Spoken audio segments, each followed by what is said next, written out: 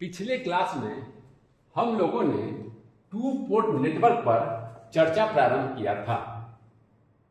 आज हम लोग उसी को आगे बढ़ाएंगे।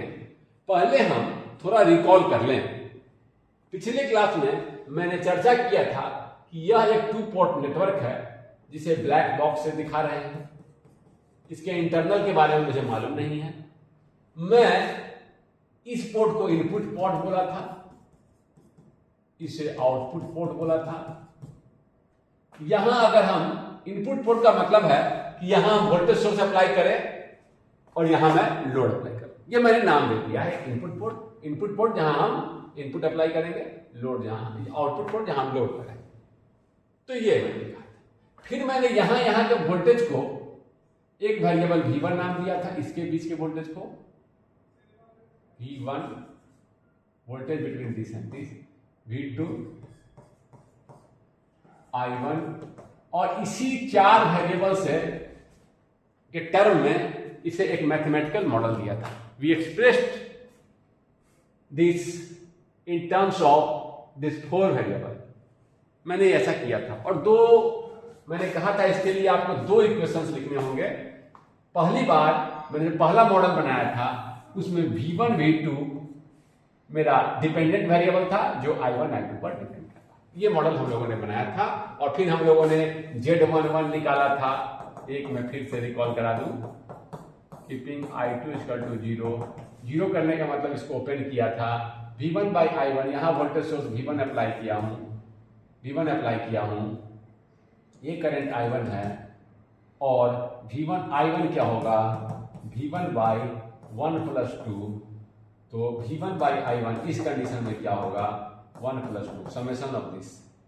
मैंने इस तरह से निकाला, ये आपको याद है और सारे पैरामीटर्स हम लोगों ने निकाला था। तो ये चर्चा हम लोग कर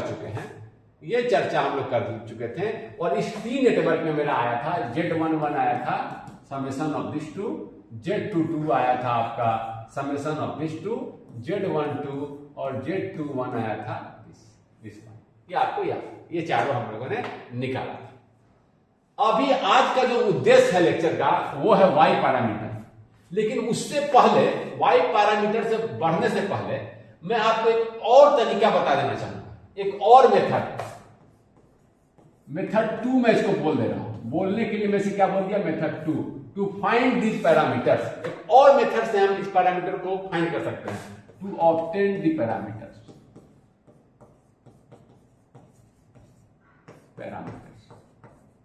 एक और तरीके से हम लोग इन पैरामीटर्स को निकाल सकते हैं। आज थोड़ा उसको भी देख ले, फिर हम लोग वाई पैरामीटर्स पर बढ़ेंगे। इस तरीके में क्या किया था, हम लोगों ने एक्सपेरिमेंट किया था। इसको ओपन, यहां वोल्टेज सोर्स V1 अप्लाई किया, करंट को देखा, करंट को मेजर किया, रेशियो लिया। अब यहां ये देख लिया हम लोग, V1/I1 की तरफ से मैंने लिख दिया 3, V1/I1 यहां से। तो खैर ये सर्किट ही मुझे मालूम है, तो खैर V1/I1। ब्लैक बॉक्स रहता तो मुझे रेशियो लेना पड़ता। ये तो सर्किट ही मुझे दिया हुआ है, तो सीधे हम सर्किट से निकालिए। ये वैल्यू मुझे मालूम है। ये अगर कंप्लीटली ब्लैक रहता, इसका इंटरनल का मुझे मालूम नहीं रहता, तो क्या करते हैं, V1/I1 का रेशियो ले लेते हैं। कोई दिक्कत नहीं, आसानी से। अगर एक और मेथड की मैं चर्चा करूं, बहुत सिंपल है। 1 ओम, 2 ओम, 1। आप क्या करिए, 4 वेरिएबल है। यहां जो वोल्टेज, इसके बीच का वोल्टेज V1, इसके बीच का वोल्टेज क्या है, V2। यहां का करंट, ये इनवर्ट करंट को मैं I1 बोला हूं, ये इनवर्ट करंट को I2 बोला हूं। इसी के टर्म में I1 I2, इसी के टर्म में इसी तरह का एक्सप्रेशन लिख दीजिए और हम फिर निकालेंगे Z11 कंपेयर कर इससे। देखते हैं, देखिएगा, समझ जाएगा। मैंने क्या किया, V1 को लिख दिया। V1 क्या होगा जी, वोल्टेज इक्वल टू क्या हो जाएगा, I1 × 1 को दे दे नाम, फिर से वही नाम दे देता हूं उसको, Z1 दे देता हूं, Z2 दे देता हूं, जनरलाइज कर देता हूं, Z3। इसका नाम दे दिए Z1, इसका नाम दे दिए Z2, इस रेजिस्टेंस का नाम Z3। I1 × Z1 प्लस, यहां कितना करंट जा रहा है, summation of this I1 + I2, I1 + I2 × Z3। I1 को कॉमन निकालते हैं तो Z1 plus Z3 plus I2, ये मेरा V1 का एक इक्वेशन है। ये मेरा वेरिएबल है डिपेंडेंट, इस पर डिपेंड कर रहा है, इस पर डिपेंड कर रहा है। यहां भी इसी फॉर्म में मैंने इक्वेशन को लिख दिया, इसी फॉर्म में मैंने क्या किया, एक्सप्रेशन को लिख दिया, इसी फॉर्म में क्या किया, एक्सप्रेशन को लिख दिया। ठीक है, अब कंपेयर कर लेते हैं। ये है मेरा V1, ये दोनों सेम चीज है, ये दोनों सेम चीज है। तो यहां पर इसको कंपेयर करें, अगर हम कंपेयरिंग विद स्टैंडर्ड इक्वेशन, इसी फॉर्म में है, इसी फॉर्म में है, स्टैंडर्ड इक्वेशन लिखेगा इसी फॉर्म में है। Z11 क्या आ जाएगा, I1 और का जो कोएफिशिएंट है वही Z11 है। कंपेयर करेंगे तो Z11 क्या हो जाएगा, Z11 क्या हो जाएगा, Z1 प्लस Z3 यानी कि 1 प्लस 1। इसी तरह आप Z3 क्या हो जाएगा, सॉरी Z12 क्या हो जाएगा, I2 का कोएफिशिएंट, Z12 हो जाएगा आपका कितने निकाल लेते हैं। तो इस तरह से भी आप कर सकते हैं। आपको मैं कहूंगा कि आप क्या करें, इधर से V2 को लिखिए, एक लाइन का सिंपल सा इक्वेशन आएगा। अब आप V2 लिखिए, यहां से KVL लगाइए और फिर इससे कंपेयर कीजिए और Z21 इस तरीके से फाइंड आउट कीजिए Z22। समझ गए बात को कैसे किए हैं, एक इक्वेशन से लिखें और कंपेयर करें। अब यहां से एक इक्वेशन लिखिए और कंपेयर कर दीजिए, Z21 Z22 भी मिल जाएगा, सारे हमें मिल जाएंगे। ये तरीका भी मैं बता दिया, एक ही बार में चारों मिल जाते हैं। ठीक है, अब हम लोग आएंगे वाई पैरामीटर, इसे पहले से नोट कर लीजिए। इस चर्चा के बाद, जेड पैरामीटर पर चर्चा करने के बाद हम लोग आते हैं वाई पैरामीटर पर। मैं फिर से आपको रिकॉल कराना चाहूंगा, ये मेरा 2 पोर्ट नेटवर्क था, this was our 2 port network, और मैंने कहा था that you have terminal voltage between this V1, this current I1, this voltage between this 2 terminal V2 and this current. ये 4 वेरिएबल थे। इसी के टर्म में हमें एक मैथमेटिकल इक्वेशंस, 2 मैथमेटिकल इक्वेशंस हम लोग लिख रहे थे। हमने यहां पर V1 V2 के टर्म में लिखा, अभी लिखा ना जेड वाले टर्म में, जेड पैरामीटर लिखा तो V1 equal to I1 Z11 करके लिखा। यहां मैंने कहा था शुरू चर्चा जब मैंने शुरू किया था इस 2 पोर्ट नेटवर्क का, तभी कहा था कि आप वेरिएबल चेंज भी कर सकते हैं। अभी V1 V2 की जगह यहां मैं बना दिया variable in terms of I1 and I2। Dependent variable जो मेरा हो गया I1, इस टर्म में इक्वेशन लिखा। मैंने कहा था कि 6 तरीके से आप मॉडल बना सकते हैं। एक तरीका यह था जिसे मैंने बोला जेड पैरामीटर मॉडल। दूसरा जो मॉडल मैं कर रहा हूं इन टर्म्स ऑफ, ये 4 चीज मुझे मालूम है। मैंने कहा था आपको 2 इक्वेशंस लिखने होंगे। एक बार मैंने इक्वेशन लिखा V1 V2 के टर्म में, इस बार जो मैं इक्वेशन लिख रहा हूं that we are writing in terms of I1 and I2, that means I1 is going to depend upon V1 and V2। 4 ही है, 2 यहां लिख दिया तो यहां क्या आ जाएंगे V1 और V2। Current in terms of voltage, current क्या, तो आपको यहां लिखना होगा, मैं यहां लिखूंगा Y11 एडमिटेंस बताएंगे into V1। Admittance into voltage क्या होता है, ये भी करंट हो गया, करंट है तो इधर भी करंट ही रहेगा। वोल्टेज अपॉन इंपीडेंस होता है करंट, और 1 बाई इंपीडेंस क्या होता है, एडमिटेंस। इंपीडेंस का रेसिप्रोकल ही तो Y होता है, तो ये हो गया। इसको ऐसे भी लिख सकते हैं Y इंटू V, ये करंट ही देगा ना। I इक्वल टू, नोट में लिख दीजिएगा, ये अलग से मैं नोट दे रहा हूं, ये ऐसा ही ना होता है। ठीक है, समझे बात को, पता भी है आपको। तो ये करंट ही है, वोल्टेज इनटू एडमिटेंस। जैसे वहां इंपीडेंस लिखा था वहां एडमिटेंस लिख रहे हैं V2 in terms of V1 and V2। I1 I2 को इधर लिख दिया, बचा क्या V1 and V2। V1 and V2 are independent variable, जैसे कि इसी पर डिपेंड कर रहा है ये, इसका वैल्यू चेंज करेंगे I1 I2 चेंज कर जाएगा। इस तरीके से लिखता है। Y11 हो गया first row first column, first row second column, first row sorry second row, Y21 V1 Y21 लिखे हैं, Y22 लिखिए Y11 V1, Y12 Y21, second row देखिए, first row second row first column, second row second column. जब हम ऐसे express करते हैं, when we express in the current in terms of terminal voltage, then these coefficients are called as which coefficients are called as which coefficient of the current I1 comma I2 are known as Y parameters। यही Y parameter, admittance parameter. वो impedance parameter था, ये क्या है, admittance. देख सकते हैं कि ये एडमिटेंस है ना, admittance, admittance into voltage current. इधर करंट है तो ये भी करंट, ये भी करंट, ये भी करंट, ये भी करंट, कोई दिक्कत नहीं। अब हम लोग जैसे पहले देखे तो Y11, Y12, Y21, Y22 को निकालेंगे। हम लोग क्या करेंगे, निकालेंगे।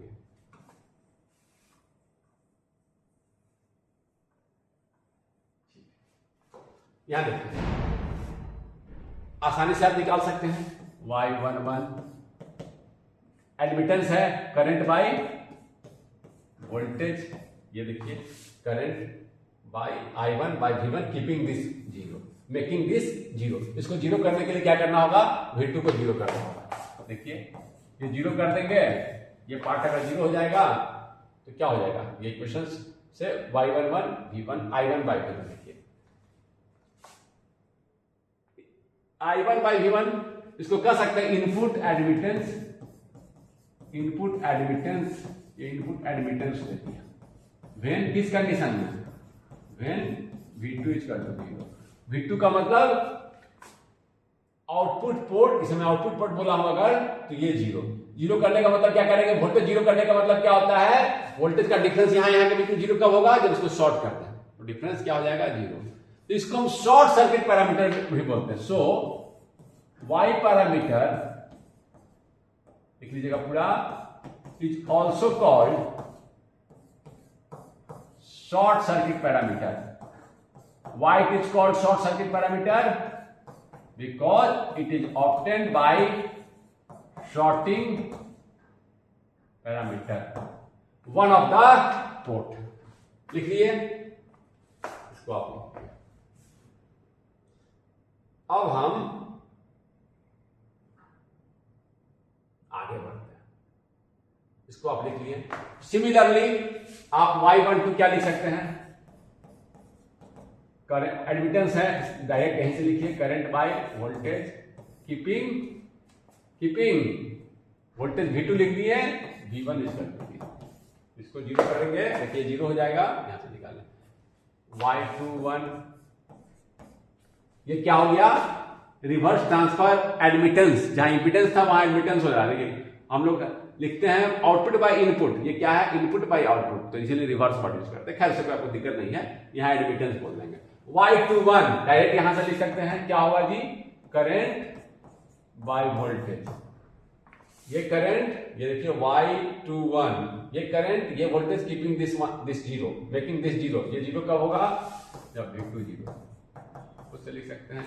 ये क्या हो गया जी, आउटपुट का करंट, इनपुट का वोल्टेज, ये क्या एडमिटेंस, तो क्या हो गया, फॉरवर्ड ट्रांसफर एडमिटेंस। फॉरवर्ड है ना, नहीं आउटपुट बाय इनपुट, तो फॉरवर्ड। खैर उससे कोई आपको दिक्कत नहीं है, बट नाम में जहां इंपीडेंस बोलते थे यहां एडमिटेंस, जहां admittance.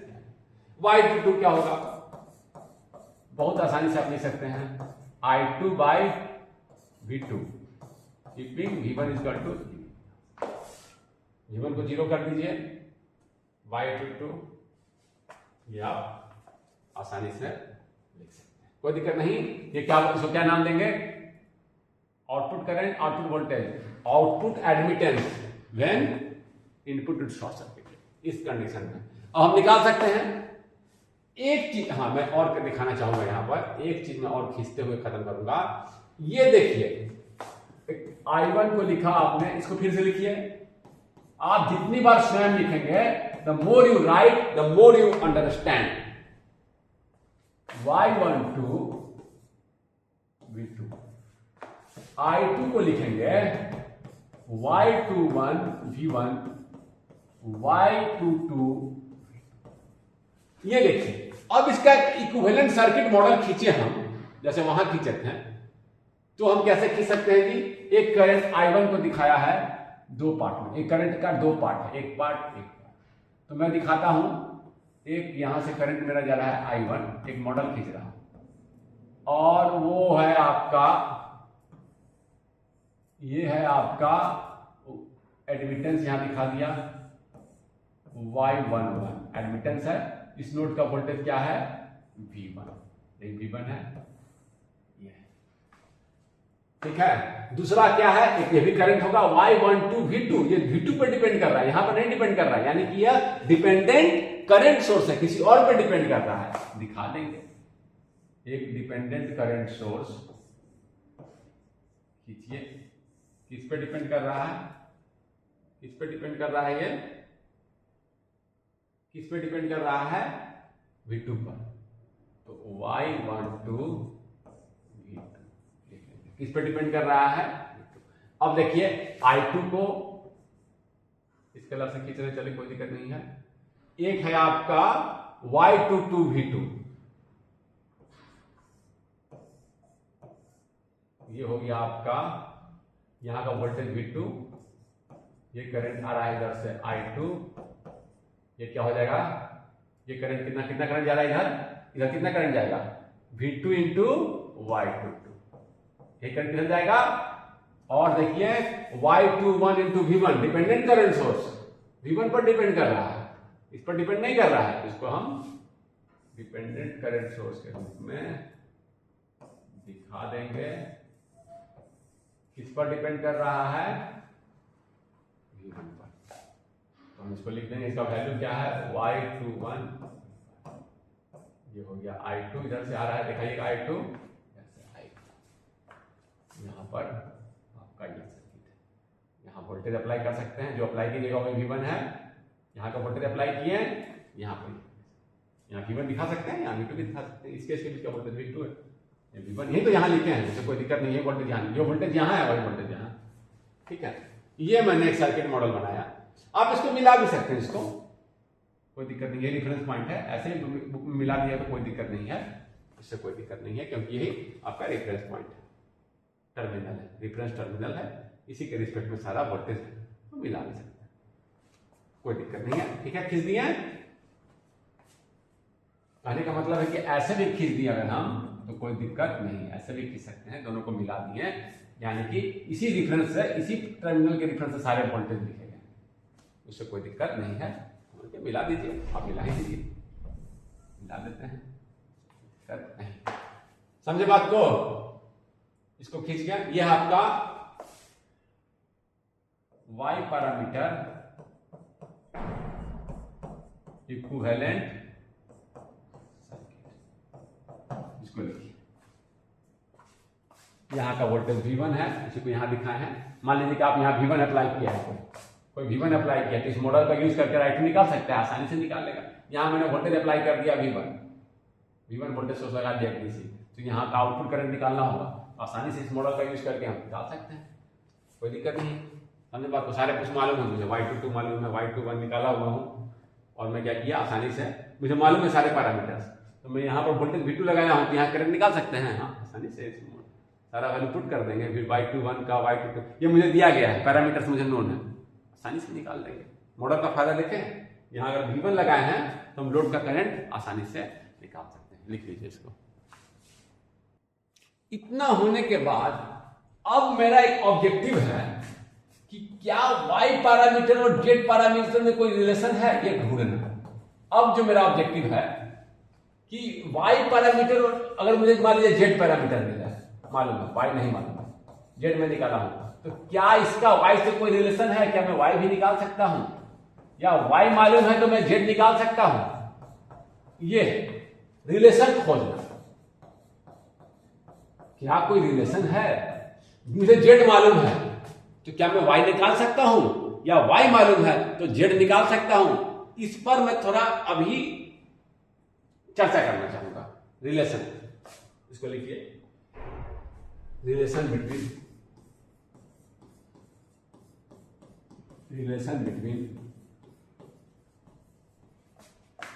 Z and Y parameters.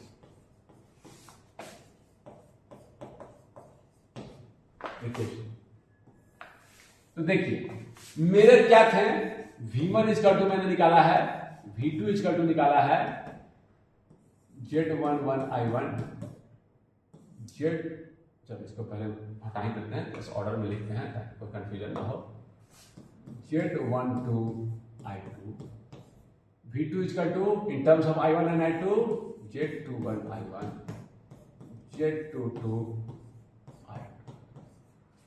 और मेरा दूसरा रिलेशन आया है करंट के टर्म में भी मैंने एक मॉडल बनाया।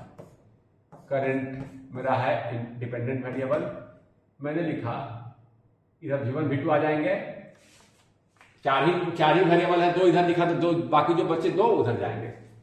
Y11 V1 plus Y12 V2 Y21 V1 plus Y22 V2, दो ही।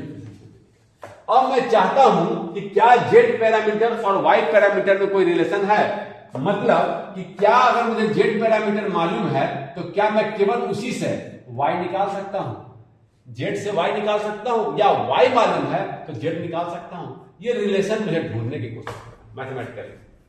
चलिए फिर से इसे मैट्रिक्स के फॉर्म में लिख सकते हैं, V1 V2 is equal to Z11 Z12 Z21 second row first column, colour changer अपने आप, कोई बात नहीं।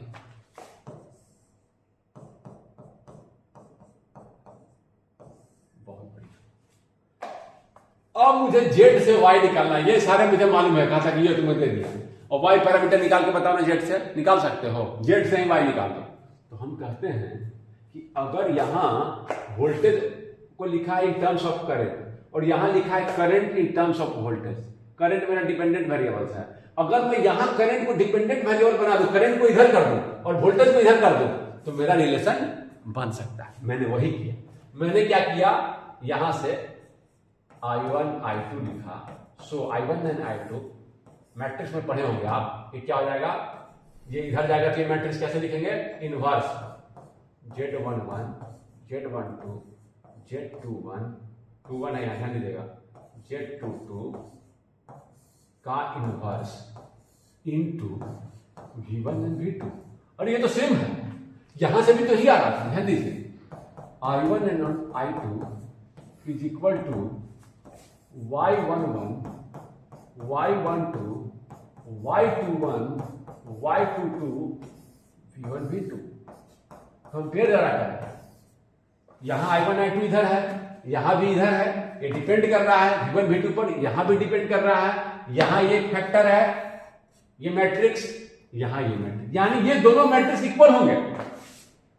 अगर ये अब ये I को लिख दिया V के टर्म में, यानी कि क्या बन गया, ये Y पैरामीटर, यही तो Y पैरामीटर है, यानी कि ये और ये इक्वल है। I को लिखा है V के टर्म में, यहां भी I को लिखा है V के टर्म में, यानी कि ये दोनों क्या होना चाहिए, इक्वल, यानी कि Y11 Y12 Y21 Y22 is inverse of, इसका इनवर्स निकाल दें, इसका इनवर्स निकाल दें तो वही होगा Y11 Y12, इनवर्स निकालिए, और Y11 जो भी इनवर्स निकालने के बाद यहां आता है वही Y11 है, जो भी यहां आता है वही Y12 है, जो भी यहां आता है Y21 है, जो भी यहां आता है Y22। वाह, इनवर्स कर दें, इसको मैं थोड़ा सा फिर से अलग से लिखता हूं, इसको आप लिख दीजिए कि जो Y पैरामीटर है वो क्या है, अगर मैट्रिक्स की टर्म में लिख लूं, Y पैरामीटर है वो Z का इनवर्स है। Z पैरामीटर मालूम है तो उसका इनवर्स ले लीजिए, आपको Y पैरामीटर मिल जाएगा, और अगर Y पैरामीटर मालूम है और Z पूछ रहा है, सिमिलरली आप करके देख सकते हैं, जेड पूछ रहा है, ये क्या होगा, this will be Y inverse. बड़े आसानी से हम लोग लिख सकते हैं, समझे। रिलेशन बिटवीन, एग्जाम में कभी कभी आता है रिलेशन या कन्वर्सन भी लिख सकते हैं, या conversion of y parameter in terms of z parameter, conversion of y parameters from z parameters, या conversion of z parameter from y दिया हुआ है z निकालना है, या z दिया हुआ है, आराम से हम समझे। इसका यूज किए हम, ये दोनों सेम चीज है, this equation and this equation are same. अगर ऐसा है, कहा था ये इक्वेशन और ये इक्वेशन सेम है, देखिए I1 I2, this matrix which is a constant into this variable, ये सारे फैक्टर क्या है इस मैट्रिक्स से, कांस्टेंट, यानी कि ये कांस्टेंट और ये कांस्टेंट बराबर होना चाहिए, यानी कि ये होना चाहिए। समझे बात को, समझे। तो आप आसानी से z और y को समझ गए, z दिया है तो y निकाल सकते हैं, y मालूम है तो z निकाल सकते हैं। देखिए z का इनवर्स ही क्या है, y है, y का इनवर्स क्या है, z। करें अब एक क्वेश्चन बनाएं, बहुत बार आपको क्या करें, इसको लिख लिए। एक क्वेश्चन हम लोग देखते हैं, आपको एक क्वेश्चन लिख दे दिया, क्वेश्चन दे दिया कि जेड पैरामीटर मालूम है, Z11 है आपका, आर्बिट्ररी एक नंबर लिख दे रहा हूं, Z12 है आपका 2, Z21 है यहाँ आपका 4, नहीं, हाँ चलिए लिख दे, अभी एक नंबर, केवल एक नंबर से मैं लिख रहा हूं, Z22 है मेरा,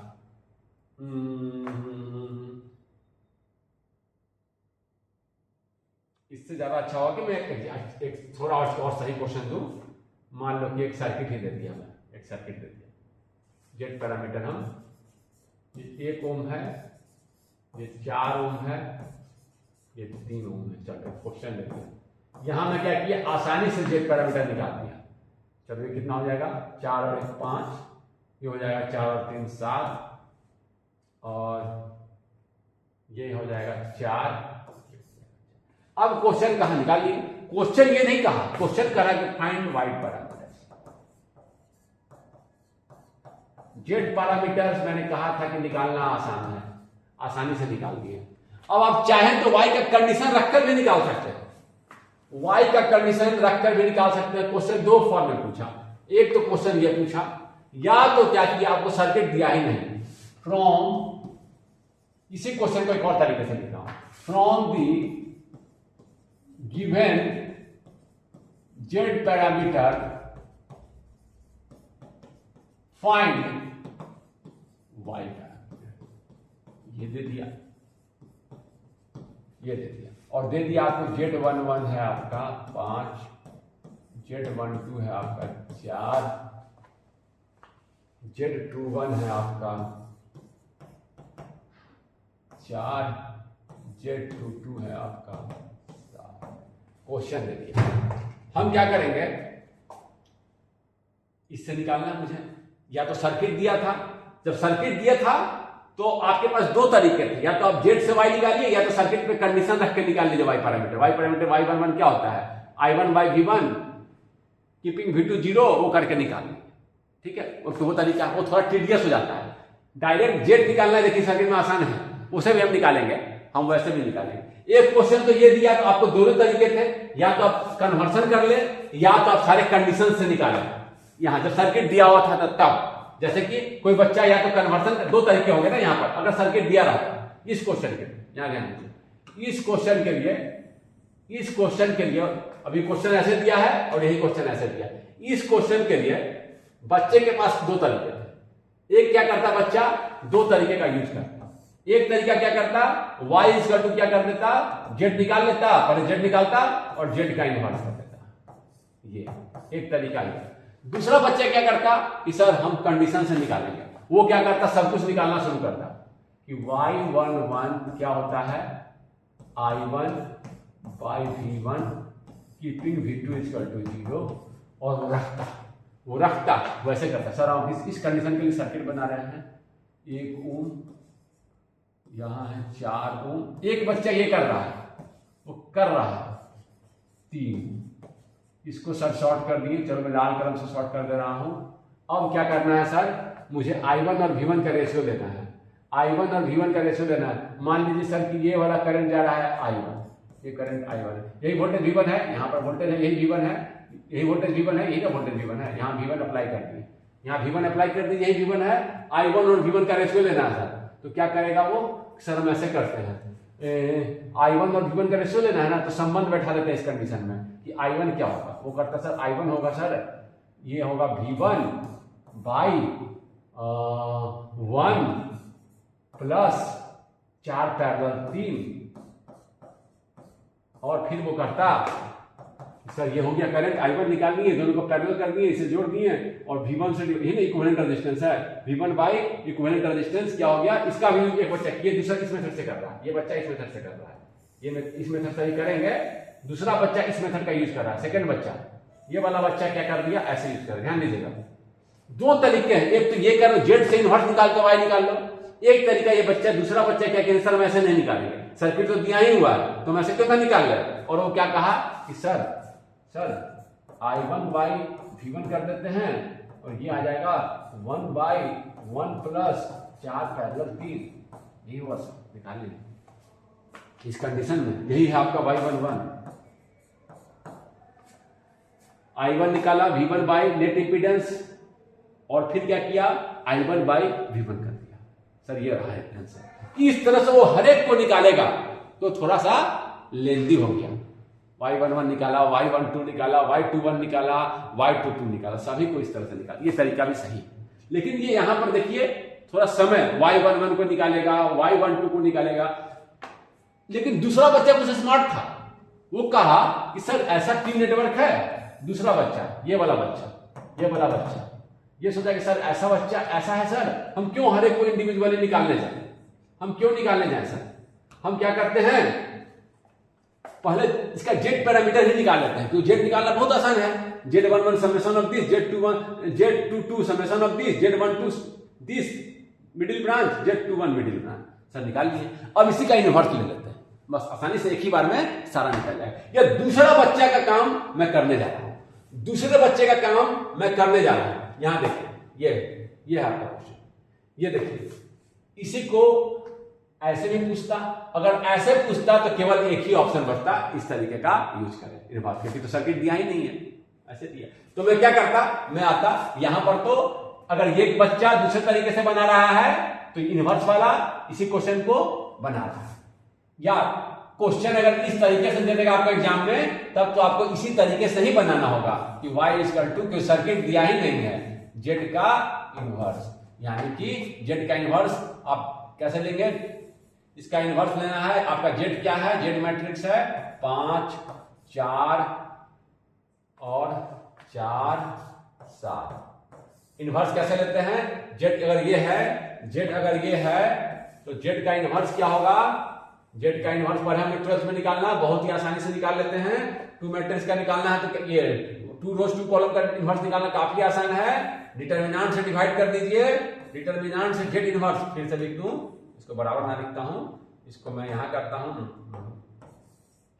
z इन्वर्स क्या होगा, डिटरमिनेंट ऑफ z क्या होता है, this into this minus this into this, ये ना होता है determinant, this into this minus of this into this. चलो एक बार 2 बार लिख देते हैं, determinant of z into, divide कर दिए 1 बाय डिटरमिनेंट ऑफ z, और वो मैट्रिक्स को लिखना है इसका, तो इसका आपको लेना है तो क्या करते हैं, 2 रोज 2 कॉलम में इसको इंटरचेंज कर दीजिए, 7 यहां चला जाएगा, 5 यहां चला जाएगा, इसको इंटरचेंज कर दीजिए, इस डायगोनल को इंटरचेंज कर दीजिए, और इस डायगोनल को क्या कीजिए, केवल साइन का चेंज कर दीजिए, चेंज द साइन, यहां पर चेंज द साइन कीजिए और इसको इंटरचेंज कर दीजिए, हो गया, बस हमें मिल गया, हम कहेंगे सर एक बार में मिल गया, और ये हो गया आपका z इनवर्स, आपका क्या आया 1 बाई 5 7 35, डेल्टा z 5 7 35, 4 चौके 16, ये घटाइए सर, और यहां पर 7 लिखिए सर, -4 लिखिए सर, -4 लिखिए सर, 5 लिखिए सर, हो गया। अब वो कहेगा कि सर आ गया आंसर, आ गया सर आंसर, वो आया, सारा निकाल दिया सर। 35 में से 16 गया, 15 में से 6 गया, 3 3 3 6 3 9, 2 में से गया 19। इन होगा, देख लीजिए, ये आपको लिखेगा सर 1/19, यहां के बाद यहां लिख रहा हूं, और 7 -4 -4 5 हो गया सर, हो गया सर, यही ना है Z inverse in Y. Y का तो क्या होता है, जेड इनवर्स।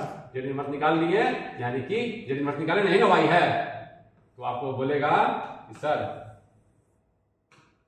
आपका वाई पैरामीटर जो है y11 इनवर्स निकाले, जेड का इनवर्स यही है, तो वाई क्या हो जाएगा, y11 क्या हो जाएगा 7/19 सर, 7/19। y12 क्या है सर, बोलेगा -4/19 सर। y21 क्या है, बोलेगा -4/19 सर। y22 क्या है, 5/19 सर। आसानी से एक बार में वो लिख दिया, समझे बात को, कितना आसानी से लिख दिया। यहाँ भी देखिएगा तो सेम ही आएगा, पैरेलल निकालिएगा तो कितना आता है, y11 ऐसे आया, यहाँ इतना है ना, यहाँ कितना आ रहा था देखिए, तो इस बच्चे कितना आया था, सेम आ रहा है आंसर 1/1 + 4 × 12 और 4 3 7 ऊपर चला जाएगा, 12 7 7 8 9 19। इसका भी सेम ही आ रहा था 7/19, इसका भी सेम आया। जो पूरा मेथड से सॉर्ट करके निकाला था इस बच्चे का और इस बच्चे का सेम रिजल्ट आ रहा है, लेकिन इस बच्चे को क्या दिक्कत हो गई थी कि सारा कंडीशन रख के एक एक निकालता है, समझे बात को। ये बच्चा जो निकाला था ऐसे कर I1/V1 करके, उसका भी रिजल्ट और इसका भी सेम, लेकिन फायदा क्या हुआ, एक बार में आ गया, एक बार में रिजल्ट आ गया। अब मैं कहूंगा आपको कि एक क्वेश्चन आप, जो पहला क्वेश्चन हम दिए थे, पहला क्वेश्चन हम उस जो जेड पैरामीटर निकलवाए थे, कैसे 1 ओम 2 ओम, इसका वाई पैरामीटर निकालना। अगर आप इंडिविजुअली निकालने जाएंगे तो समय लगेगा, it will be tedious. Condition रख के भी निकाल सकते हैं, कोई बच्चा ऐसे भी निकाल सकता है, y11 = v1, y11 = I1/v1, keeping v2 = 0। यहाँ शॉर्ट करेगा, यहाँ वोल्टेज v1 लगाएगा और I1 और v1 का रेशियो देगा, ठीक है, और एक तरह का निकाल दिया। लेकिन स्मार्ट बच्चा क्या करेगा, सर इस तरह के टी नेटवर्क में जेड पैरामीटर निकालना आसान है। सेकंड बच्चा, फिर से आप सेकंड बच्चा बन के निकालिए। सेकंड बच्चा क्या करेगा कि सर हम क्या करते हैं, जानते हैं y = होता है जेड इनवर्स, और यहां जेड निकालना बाकी काफी आसान है। जेड क्या है, बोलेगा sir Z11 is the summation of 2 1 3, Z12 बीच वाला रेजिस्टेंस, Z21 बीच वाला रेजिस्टेंस, Z22 समेशन ऑफ, और वो आसानी से निकाल देगा। फिर से मैं निकाल लेता हूं, इसको भी निकाल लेता हूं, 2 क्वेश्चन में करा दिया, ताकि आप इसका प्रैक्टिस करें, प्रैक्टिस बहुत जरूरी है। अब वो क्या करेगा, y निकालना है तो जेड का इनवर्स करना होगा, वो जेड का इनवर्स करेगा। जेड का इनवर्स क्या होगा, काफी आसानी से 1/डिटरमिनेंट ऑफ जेड 3 × 9 - 4। फिर वो क्या करेगा, यहां आएगा 3 3 को, चलो ये 3 यहां गया तो सेम ही है, 3 3 चेंज द साइन, -2 करेगा, ये लिखेगा 9 से 4 गया, 9 4 गया 5, 3 -2 3 करेगा, 3/5 -2/5 आ गया आंसर, -2/5। ये है y11, ये y11, ये y12, यही ना y है, जेड इनवर्स इज y, ये तो y है, ये y21। एक और चीज मैं यही समाप्त करूंगा अभी, आप इस क्वेश्चन को खुद से करिएगा। एक और चीज बोलते हुए मैं समाप्त करना चाहूंगा, जैसे वहां कंडीशन जेड और वाई बिल्कुल रिलेटेड हैं, जैसे वहां कंडीशन ऑफ साइमेट्री क्या था जेड पैरामीटर में, याद होगा Z11 = Z12, sorry Z11 = Z22, तो यहां क्या हो जाएगा y11 = बिल्कुल से। कंडीशन ऑफ रेसिप्रोसिटी क्या होगा,